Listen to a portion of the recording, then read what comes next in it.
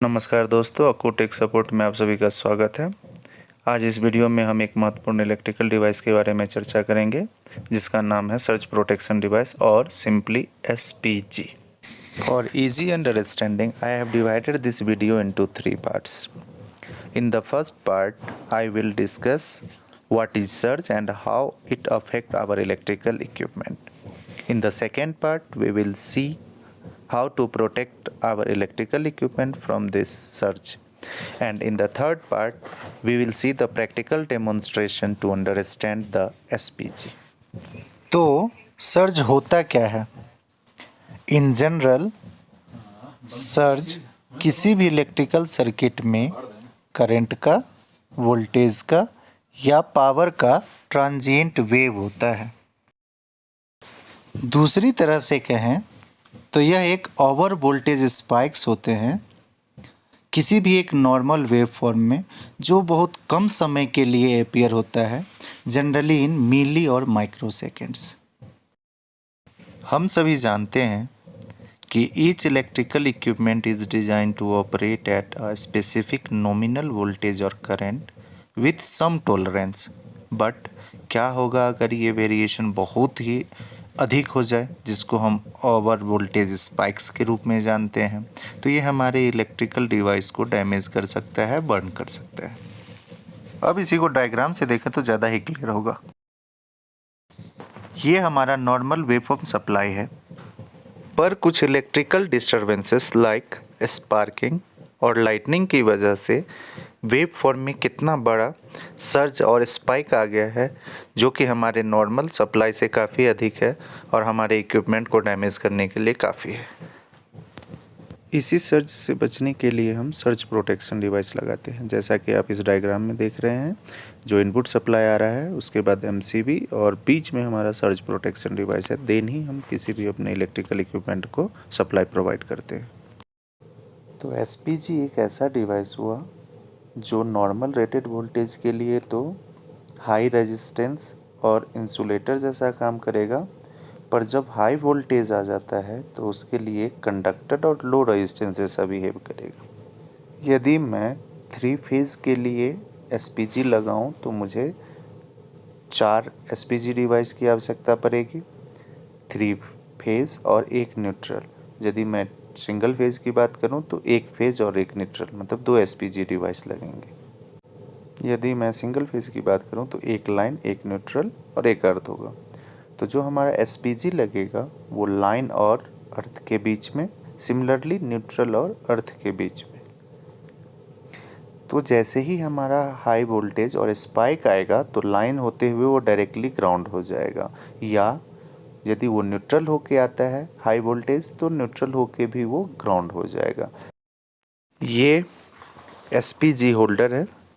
इसमें आप देखिए ये लाइन कनेक्ट होगा, न्यूट्रल कनेक्ट होगा और नीचे की तरफ हमारा ये अर्थिंग हो जाएगी।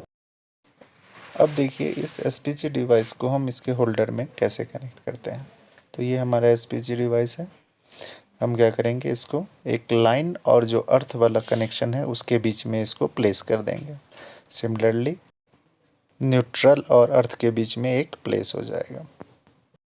इसी तरह यदि वो हमारे पास 3 फेज़ और 1 न्यूट्रल वाला होगा तो 4 SPG हमारे इसी तरह से कनेक्ट हो जाएंगे। चलिए SPG को अभी अब खोल के देखते हैं कि इसके अंदर कौन सा स्ट्रक्चर होता है। इसमें बहुत ही सिंपल स्ट्रक्चर होता है। इसमें टोटल 4 आइटम्स होते हैं।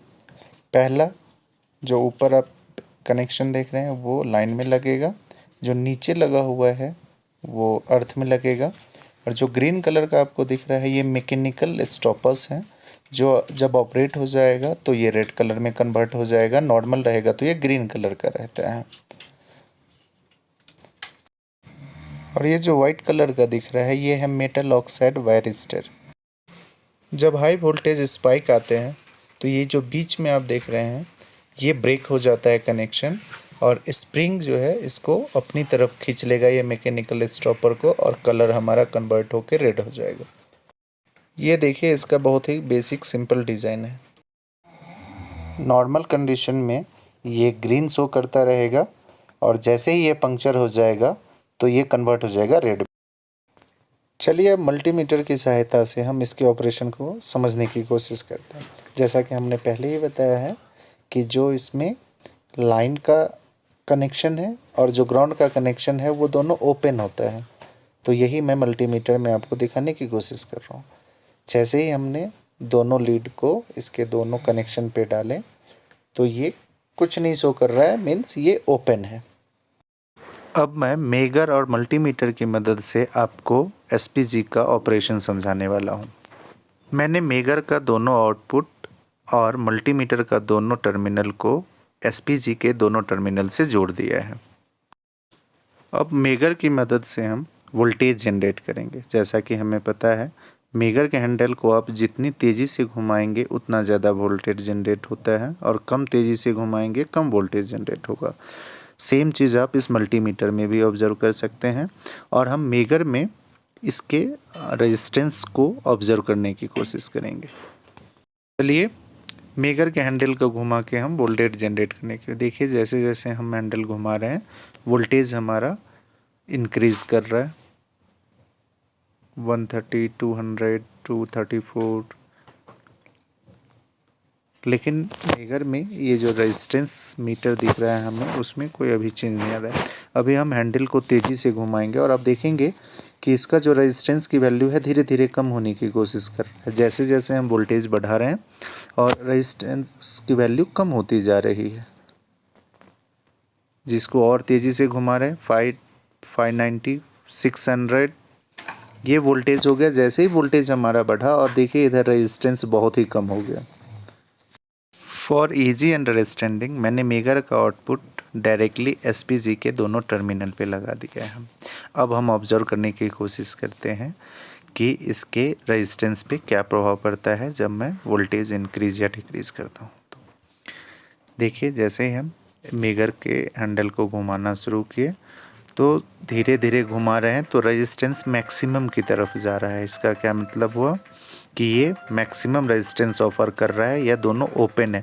लेकिन जैसे ही मैं हैंडल को तेज़ी से घुमा रहा हूँ वैसे रेजिस्टेंस की वैल्यू कम होती जा रही है। इसका क्या मतलब हुआ कि जैसे जैसे वोल्टेज बढ़ रहा है ये एसपीजी कंडक्टर होने की कोशिश कर रहा है और जब वोल्टेज नॉर्मल रह रहा है या कम वोल्टेज रह रहा है वैसे इंसुलेटर जैसा बिहेव करता है। दोस्तों आशा है कि सर्च प्रोटेक्शन डिवाइस को आप अच्छे से समझ पाए होंगे। अगर फिर भी कोई आपको क्वेरी है या कोई क्वेश्चन है तो आप मुझे कमेंट कर सकते हैं। Thank you.